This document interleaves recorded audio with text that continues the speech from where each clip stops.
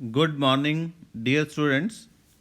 Today we are going to discuss NCERT exercise of chapter 14, class 7th science. So here is the first question. Draw in your notebook the symbols to represent the following components of electrical circuits. आपने symbols draw करने हैं. सबसे पहले connecting wire का symbol कैसा होता है? एक simple straight simple line. This line represents the connecting wires. Simple line लगा दोगे, ये कनेक्टिंग वायर्स का सिंबल है. Next, switch in of position, इस टाइप से. This one, this is the symbol off switch in of position. और यदि आप यहाँ पे इसका एक सिंबल और भी है, ऐसे करके ब्रैकेट लगाएंगे, ब्रैकेट अंदर से खाली है. This one, this is the switch in of position. और यदि आप बीच में डॉट लगा देंगे तो स्विच यहाँ पे क्लोज हो जाएगा. Switch is in on position. Okay, without dot of position और विद डॉट ऑन पोजीशन. और यही है, यदि यहाँ पे गैप है तो ऑफ, और यदि गैप नहीं है, ये टच कर जाता है, now it is on. Okay, so of position के लिए आपने कैसा सिंबल ड्रॉ करना है? ऐसे लाइन लगानी है, like this, this and this is of. ये जो है ऑफ का है. ओके, और ये जो है ये है ऑन. और यदि यहाँ से ज्वाइन है तो ये ऑन है, और गैप है then it is off. Next, bulb. Bulb का सिंबल बहुत सिंपल सा है, इस तरह से, और इसको आपने सर्कल में कर देना है इस तरह से. This is the symbol of bulb. Okay, और ये क्या है? बल्ब है. यदि आप इसको इस तरह से ऊपर लाइंस लगा देते हैं, no bulb is glowing. Okay, next, cell. Simple सी है, एक longer line, one is shorter line, और ये इस तरह से ये connecting wires. Longer line represents positive terminal and shorter line represents the negative terminal. Next, switch in on position, वो बता दिया आपको इस तरह से. दिस वन, इस तरह से यदि आप यहाँ पे ज्वाइन कर देते हैं, ये दोनों पॉइंट ये जोड़े हुए हैं, तो स्विच इन ऑन पोजीशन. और इसका एक सिंबल और भी है जो मैंने आपको ऊपर बताया. ब्रैकेट लगाएंगे और ब्रैकेट के अंदर ये डॉट आपने लगा दिया, then switch in on position. ये दोनों स्विच के सिंबल हैं. Next, battery. Longer line positive, shorter line negative, one cell. This is another cell, this is another cell, like this. Two और मोर, तो ये बैटरी का सिंबल है. बीच में से कनेक्ट जरूर करना है. This is positive and this is negative. यहाँ पे कई बार बच्चे क्या गलती करते हैं कि नंबर ऑफ लाइंस, ये जरूर ध्यान रखना है, जितनी आप लॉन्गर लाइन लगाओगे, 1 2 एंड 3, 3 लॉन्गर लाइंस हैं, 3 शॉर्ट होनी चाहिए, 1 2 एंड 3. ठीक है, number of longer and shorter lines must be equal. This is a symbol of battery. Next question, draw a circuit diagram to represent the circuit shown in figure. ये जो circuit आपको figure में दिया हुआ है, इसको आपने इसकी सर्किट डायग्राम बनानी है. ये क्या है? ये सेल है. ये क्या है? ये है स्विच, स्विच. और ये क्या है? ये है बल्ब. तो आप क्या करेंगे? ये पहले बल्ब बना दिया आपने, ठीक है, दिस सर्कल बना दिया आपने. और बल्ब के साथ क्या लगाना है? ये बल्ब के साथ आपने लगा दिया एक सेल, पॉजिटिव एंड नेगेटिव, और साथ में एक लगाना है स्विच, इस तरह से. ये हो गई सर्किट डायग्राम. इस सेल का पॉजिटिव और इस सेल का negative. Okay, this is bulb, this is cell and this is switch. Okay, ये हो गया इसका आंसर. और यदि आप इसको स्विच को यहाँ से ऐसे कनेक्ट कर देते हैं, टच कर देते हैं, तो आप एरोज भी लगा सकते हैं. Arrows represents the current is flowing. ठीक है, तो ये आपने ध्यान रखना है. जस्ट वेट, कि एरो जो लगाना है ये पॉजिटिव टर्मिनल है, पॉजिटिव टर्मिनल से आपने एरो लगाना ये सर्किट की तरफ, पूरा घूम के आएगा, ये नेगेटिव टर्मिनल में एंटर करेगा। ओके, नेगेटिव टर्मिनल हम थोड़ा सा थिक बनाते हैं, दिस वन ऐसे, फाइनली दिस वन। बट ये तब होगा जब यहाँ से ये सर्किट को आप इसको टच करेंगे, क्लोज कर देंगे। Okay, this is the circuit diagram of this figure. Next, ये आपको 4 cells are given. Figure shows 4 cells fixed on a board. Draw lines to indicate how you will connect their terminals with wires to make a battery of 4 cells. In 4 cells को आपस में connect करके आपने battery बनानी है। तो कैसे connect करेंगे? कहीं से भी शुरू कर दो, बट आपको पता है कि 1 सेल का पॉजिटिव अदर सेल के नेगेटिव के साथ कनेक्ट होगा, तो वो सेल जो हैं वो सीरीज़ में कनेक्ट होंगे, बैटरी बनेगी। जैसे ये नेगेटिव पार्ट है, तो नेगेटिव को आपने जोड़ दिया इसके पॉजिटिव के साथ, ठीक है। ये नेगेटिव है, तो ये नेगेटिव को अब अगले नेगेटिव से नहीं जोड़ना है, ये नेगेटिव को आगे जोड़ेंगे आप पॉजिटिव के साथ इस तरह से। और ये नेगेटिव है, नेगेटिव को आपने अगले सेल के पॉजिटिव के साथ जोड़ दिया, और ये आगे सर्किट में लग जाएगी वायर, और ये वाली वायर जो है वो इधर सर्किट में लग जाएगी। मतलब ये positive, then negative, then positive, then negative, then again positive, then again negative, and then positive, and then negative. तो ये यहाँ पे जैसे हम नॉर्मली बैटरी बनाते हैं, तो ये पॉजिटिव टर्मिनल और ये फाइनली ये नेगेटिव टर्मिनल। तो इसी तरह से हम बैटरी को कनेक्ट करते हैं, एक लॉन्गर लाइन, एक शॉर्टर लाइन, एक लॉन्गर लाइन, एक शॉर्टर लाइन, एक लॉन्गर लाइन, एक शॉर्टर लाइन, एक लॉन्गर लाइन, एक शॉर्टर लाइन। तो ये हो गए 4 सेल्स। तो ये लॉन्गर लाइन का पॉजिटिव, फिर ये आपस में कनेक्टेड होते हैं, और finally this is the shorter line, this is negative. तो ये हो गया इसका, हमने सेल्स को ज्वाइन करके इसकी जो डायग्राम बना दी, और ये है इसका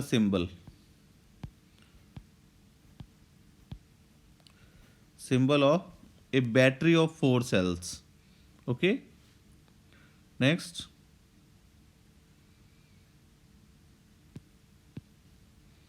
ये आपको एक सर्किट गिवन है। The bulb in the circuit shown in figure does not glow, can you identify the problem? अब ये सर्किट जो आपको गिवन है, इसमें बल्ब ग्लो नहीं कर रहा है, इसमें कोई प्रॉब्लम है, तो आपने वो प्रॉब्लम फाइंड करनी है। तो what is the answer? Make necessary changes in the circuit to make bulb glow.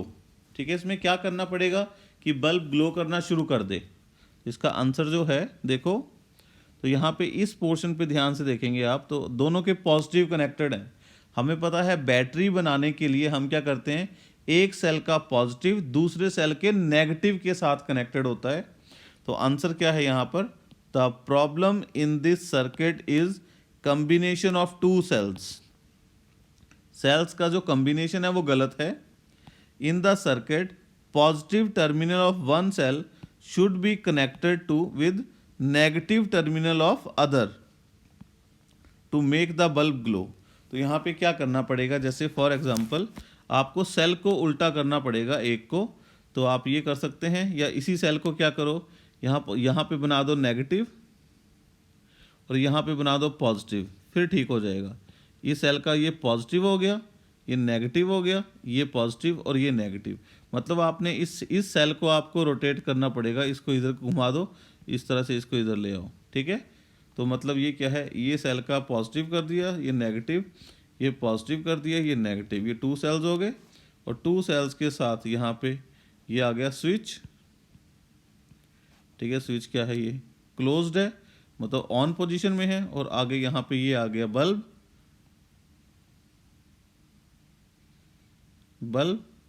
और आगे इस तरह से ये सर्किट कंप्लीट हो गया।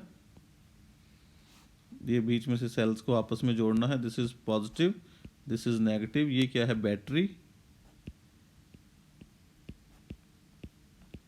बैटरी ऑफ 2 सेल्स, और यहाँ बल्ब का आपने इस तरह से इसको सर्कल बनाना है, और साथ में यहाँ पे आप लाइंस लगा सकते हैं।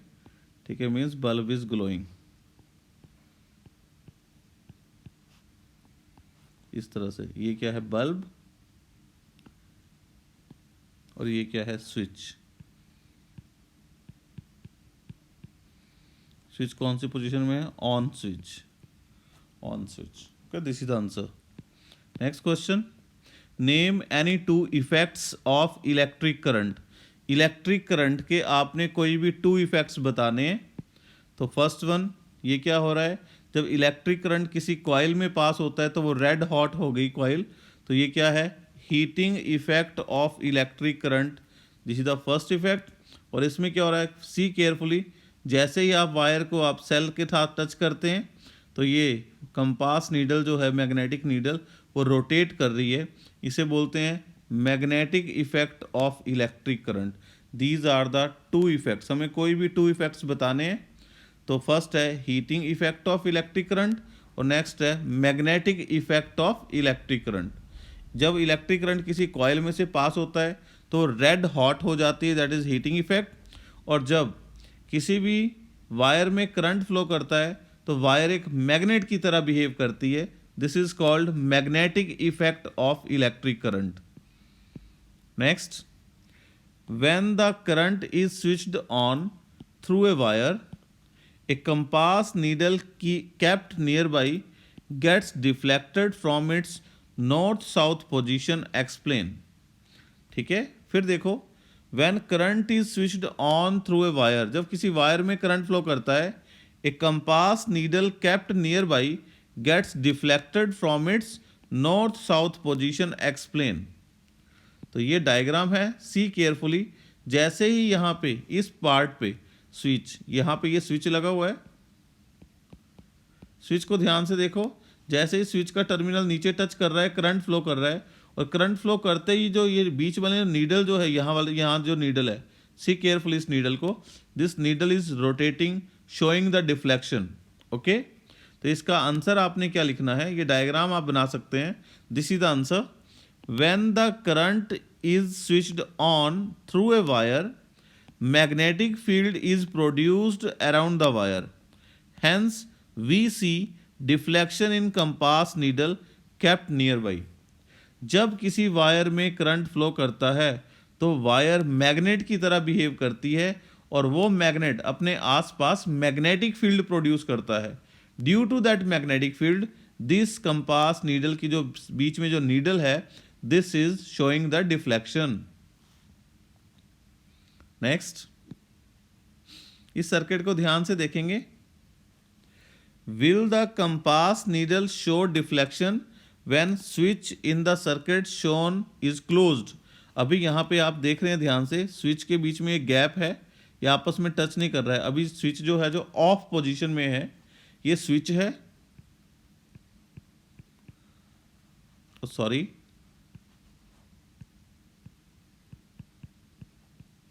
स्विच, ये क्या है बल्ब, और ये क्या है, इसके ये वायर है, वायर के नीचे है कंपास नीडल।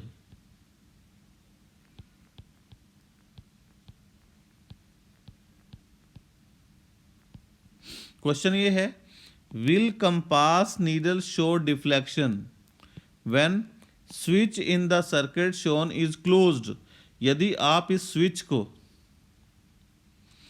को यहां से क्लोज कर देते हैं, आपस में टच कर देते हैं, तो बोलता है क्या ये कंपास नीडल, ये वाली जो कंपास नीडल है, वो डिफ्लेक्शन शो करेगी? तो आंसर आएगा no. No, it is because there is no source of current, no cell और battery is connected in this circuit. My dear students, आपको पता है कंपास नीडल डिफ्लेक्शन तभी शो करेगा जब वायर में नियर बाई कहीं करंट आएगा। इस पूरे सर्किट में कहीं भी सेल या बैटरी कनेक्टेड नहीं है। यदि सर्किट में सेल और बैटरी ही नहीं है तो करंट नहीं आएगा, करंट नहीं आएगा तो कंपास नीडल डिफ्लेक्शन नहीं देगी। Next, fill in the blanks. The longer line in the symbol for a cell represent its terminal. Longer line जो है वो कौन सा टर्मिनल शो करती है? Positive, positive terminal. इसको आप ऐसे प्लस का साइन प्लस वी भी लिख सकते हैं, positive terminal, longer line. Next, the combination of 2 or more cells is called a battery. BATTERY. Combination of 2 or more cells is called a battery. Next,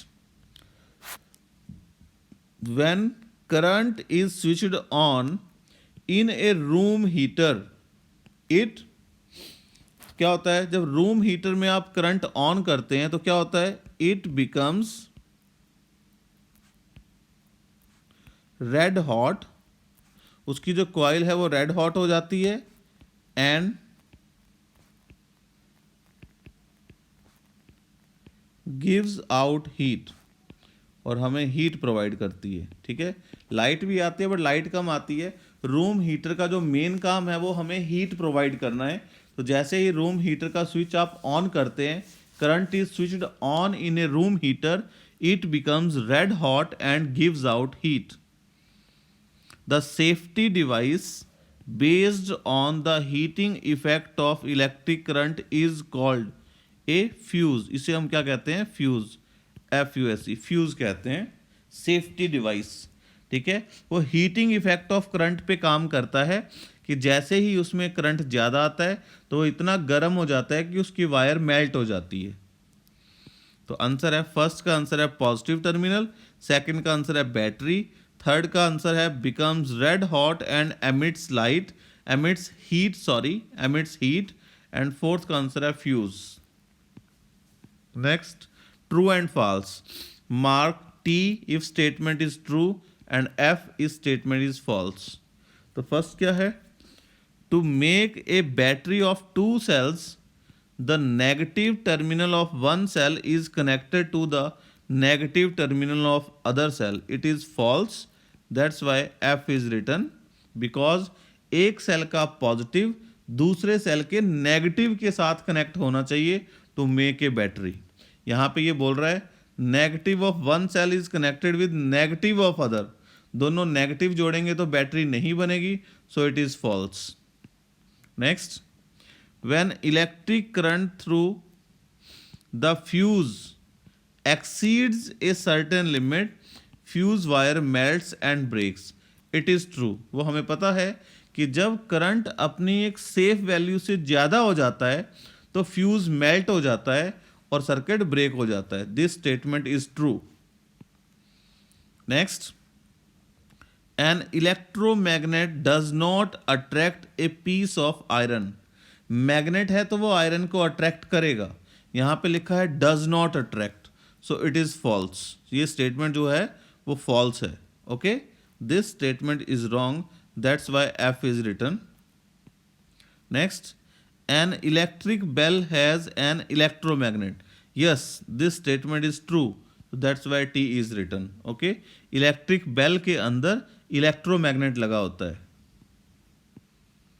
Next question, do you think an electromagnet can be used for separating plastic bags from a garbage heap? एक garbage कूड़े का बहुत बड़ा ढेर है, उसमें बहुत सारे प्लास्टिक्स पड़े हुए हैं, तो क्या आप इलेक्ट्रोमैग्नेट्स की हेल्प से उन प्लास्टिक बैग्स को अलग कर सकते हैं? एक्सप्लेन। तो आंसर आएगा नो। इलेक्ट्रोमैग्नेट की हेल्प से हम प्लास्टिक बैग्स को अलग नहीं कर सकते। हम क्या है, ये देखो, ये जो मशीन है दिस वन, ये इलेक्ट्रोमैग्नेट है, बहुत बड़ा, क्रेन के साथ अटैच है, तो वो गार्बेज में से कौन से पीसेस को अट्रैक्ट कर रहा है? इलेक्ट्रोमैग्नेट है, तो वो आयरन के मैग्नेटिक मटेरियल्स को अट्रैक्ट करेगा, आयरन को अट्रैक्ट करेगा, स्टील को अट्रैक्ट करेगा, प्लास्टिक को अट्रैक्ट नहीं करेगा। So answer is no. Plastic bags do not get attracted by the magnet, so they can not be separated by an electromagnet. तो आप प्लास्टिक बैग्स को इलेक्ट्रोमैग्नेट की हेल्प से अलग नहीं कर सकते। Plastic bags are not magnetic materials, only the magnetic materials like iron can be attracted by the magnet. ठीक है, मैग्नेट सिर्फ मैग्नेटिक मटेरियल्स को ही अट्रैक्ट करता है। मैग्नेटिक मटेरियल कौन सा होता है? आयरन, निकल, कोबाल्ट, स्टील, ये सारे मैग्नेटिक मटेरियल्स हैं। मैग्नेट इन सभी को अट्रैक्ट करेगा, प्लास्टिक बैग्स को अट्रैक्ट नहीं करेगा। Next question, an electrician is carrying out some repairs in your house. कोई इलेक्ट्रीशियन आपके घर में रिपेयरिंग कर रहा है। He wants to replace a fuse by a piece of wire, would you agree? Give reasons for your answer. Electrician आपको बोल रहा है वो फ्यूज वायर की जगह पे एक सिंपल वायर जो है वो लगा देता है, तो क्या आप इसके लिए एग्री करेंगे? फ्यूज वायर की जगह पे, फ्यूज की जगह पे any piece of wire he wants to fix, but no, this is not safe, so we will not agree. Answer is no. We would not agree to replace the fuse by a wire. Wires in the fuses are of specific melting points, so we should always use ISI marked fuses in our houses to prevent short circuits.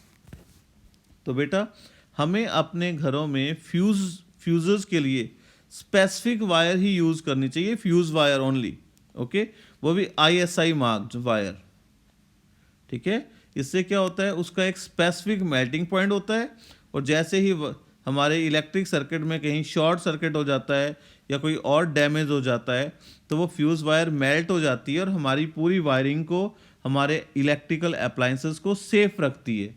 और यदि आप fuse wire की जगह पे कोई दूसरी wire, copper wire use करेंगे, कोई एल्यूमिनियम वायर यूज़ करेंगे, तो वो रिक्वायर्ड प्लेस पे मेल्ट नहीं होगी, रिक्वायर्ड सही टाइम पे मेल्ट नहीं होगी, और वो सर्किट ब्रेक नहीं होगा, हमारे इलेक्ट्रिकल अप्लायंसेस जल जाएंगे, डैमेज हो जाएंगे, ओके, वायरिंग खराब हो जाएगी सारी। So we will not agree. Next, Zubeda made an electric circuit using a cell holder, a switch and a bulb. When she put the switch in on position, bulb did not glow. Help Jubeda in identifying the possible defects in the circuit. Zubeda ने electric circuit बनाया, उसमें एक cell holder लगाया, switch लगाया और एक bulb लगाया, और जैसे ही उसने स्विच को ऑन किया, bulb did not glow, bulb on नहीं हुआ, लाइट नहीं जली, ओके। अब आपने जुबेदा की हेल्प करनी है in identifying the possible defects in the circuit. So answer क्या आएगा, ये है वो सेल होल्डर जिसमें ये दो सेल लगे हुए हैं, ध्यान से देखना। तो ये सेल का एक पॉजिटिव है, ये नेगेटिव, ये पॉजिटिव और ये नेगेटिव, सेल तो सही लगे हुए हैं, ठीक है। अब वो बट बल्ब ग्लो नहीं हुआ, तो what are the possible reasons? Solution क्या है, there may be any reason from the following, बहुत सारे रीजंस हो सकते हैं। First one, the connecting wire may be loose, आपने कनेक्शन जो है वो टाइट नहीं किया है, कहीं से वायर लूज रह गई है। दूसरा reason, the electric cell may be used up, जो सेल आप यूज कर रहे हैं वो सेल ही खत्म हो गए हैं, ठीक है, उनके अंदर जो है वो एनर्जी है ही नहीं, दे आर यूज्ड अप। एक रीजन ये भी हो सकता है, switch may be defective, switch ही खराब हो, आपको पता है सर्किट में एक स्विच भी लगाया हुआ है, स्विच ही खराब होगा तो भी वो बल्ब नहीं जलेगा। और एक पॉसिबिलिटी ये भी है, बल्ब में भी डिफेक्टिव, बल्ब ही खराब है, बल्ब ही फ्यूज हो चुका है, तो भी वो बल्ब नहीं जलेगा, ठीक है। These are the possible reasons, wire में भी लूज, सेल में भी यूज्ड अप, स्विच में भी डिफेक्टिव, बल्ब में भी डिफेक्टिव, ओके। इनमें से कोई भी आंसर हो सकता है, कोई भी रीजन हो सकता है, मल्टीपल रीजंस भी हो सकते हैं। नेक्स्ट, ये एक सर्किट है जिसमें 3 बल्ब हैं, ए, बी एंड सी, एक स्विच है और एक बैटरी है। In the circuit shown in figure, would any of the bulb glow when switch is in of position? जब स्विच ऑफ है, ओके, तो बोलता है बताओ कोई बल्ब जलेगा? तो आंसर आएगा नो, कोई भी बल्ब नहीं जलेगा, because circuit is not completed. Second question, what will be the order in which bulbs A, B and C will glow when switch is moved to on position? तो बोलता है जैसे ही आपने स्विच को ऑन किया तो बताओ कि बल्ब कैसे जलेंगे, पहले कौन सा जलेगा, फिर कौन सा जलेगा, फिर कौन सा जलेगा, या तीनों इकट्ठे जलेंगे या नहीं जलेंगे, ये आपने बताना है। These are the 2 questions. तो फर्स्ट का आंसर है no bulb will glow as circuit is not complete when switch is off. जब स्विच ऑफ होगा तो कोई भी बल्ब ग्लो नहीं करेगा, no bulb will glow. And second one, all bulbs will glow simultaneously if switch is on. जैसे ही आप स्विच को ऑन करेंगे तो all bulbs will glow simultaneously, सारे बल्ब इकट्ठे ही ऑन होंगे, एक एक करके ऑन नहीं होंगे, ठीक है। जैसे ही स्विच को आप क्लोज करोगे पूरे सर्किट में करंट आ जाएगा, all bulbs will glow simultaneously together. Okay, thank you. This is all about the questions and their answers of this exercise. Thank you, students. Have a nice day.